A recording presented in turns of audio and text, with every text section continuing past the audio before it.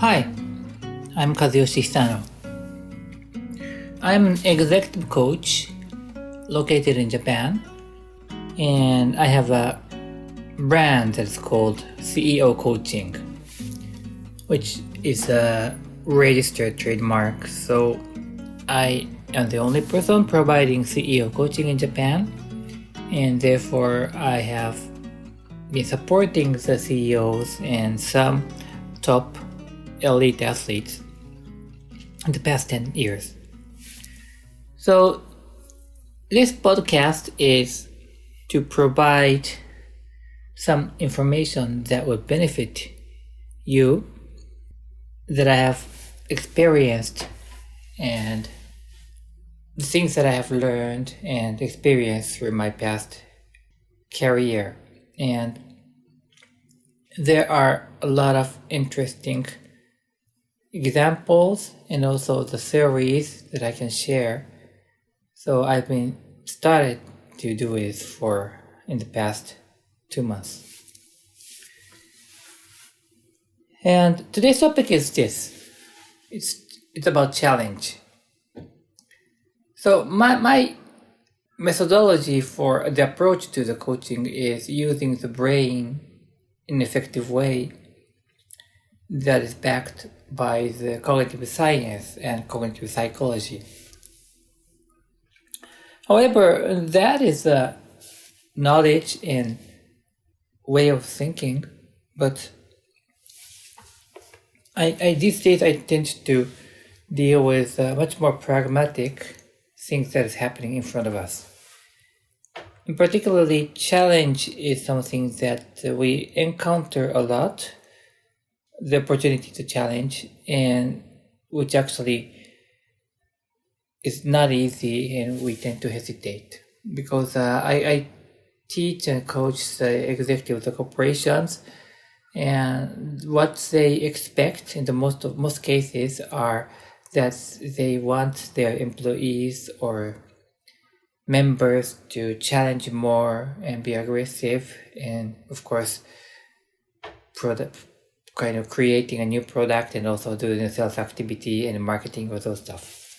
However, despite the expectation from the top management, when things go down to the field, the area that people are doing the actual work,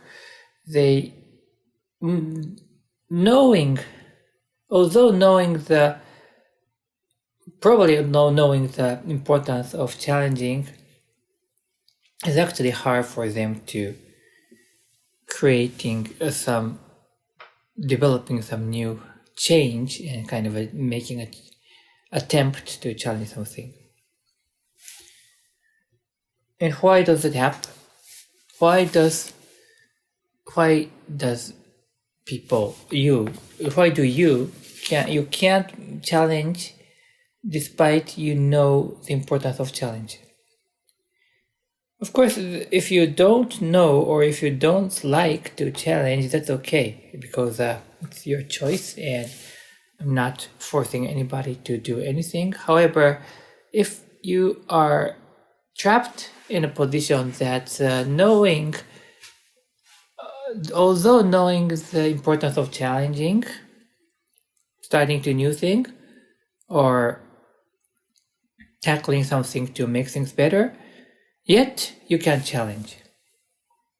In most of the cases, the biggest reason that people cannot challenge to do something new, is because it's simply scary.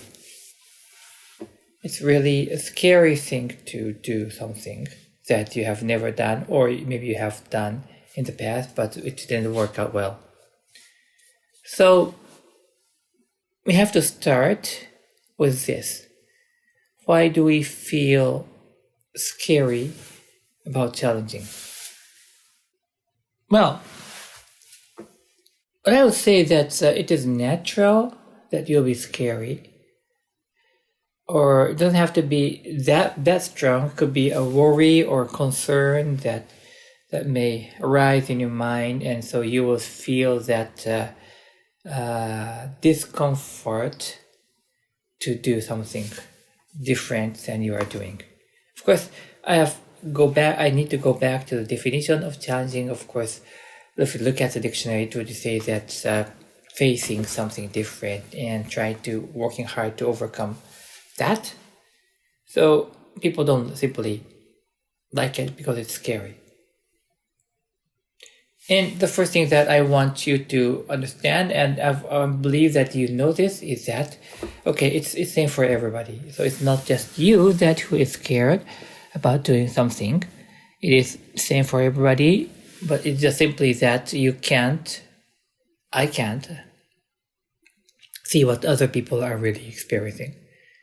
So when people are experiencing something, it's going to be sure that he or she is worried, concerned, and scared about that, if that is a new thing. So simply that. And number one, it's not just you. Number two, it's coming from your brain. So we would have the brain system that try to sustain your recurrent reality, and which means that it's hard for you to make a change, because simply your brain creates the gravity to where you are. So anything that you would do would actually need the permission of your brain, and if the brain says, no, I'm not gonna let you do that, you'll feel that you need to stay where you are. I'm talking about the sleep thing. Maybe it sounds like that. So your brain is different from you, although it's part of your body. However, it acts differently, and it would say simply no because it's scared. And the reason is because it's dangerous that you do something new or something differently. So your brain works like your parents, and worried about your son or daughter that she would do something totally different. So it just works that way. And therefore, we'll need to be equipped with some logic, that we'll need to go through the barrier, and breakthrough is needed to move to a next comfort zone that eliminates the entire meaning of the past comfort zone.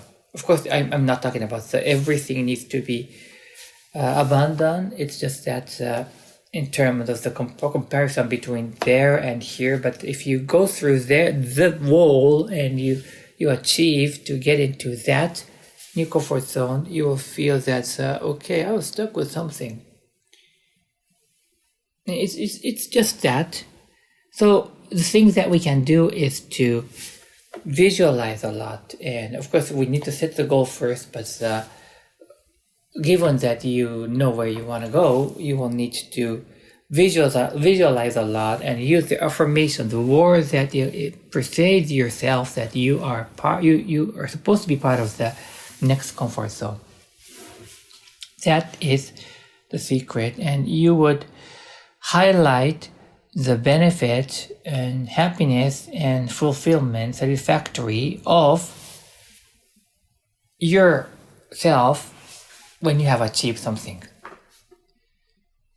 So when that kind of a positive emotion becomes higher, stronger in your mind, and will once become powerful than the scare to the challenge, then you will have the energy to break through.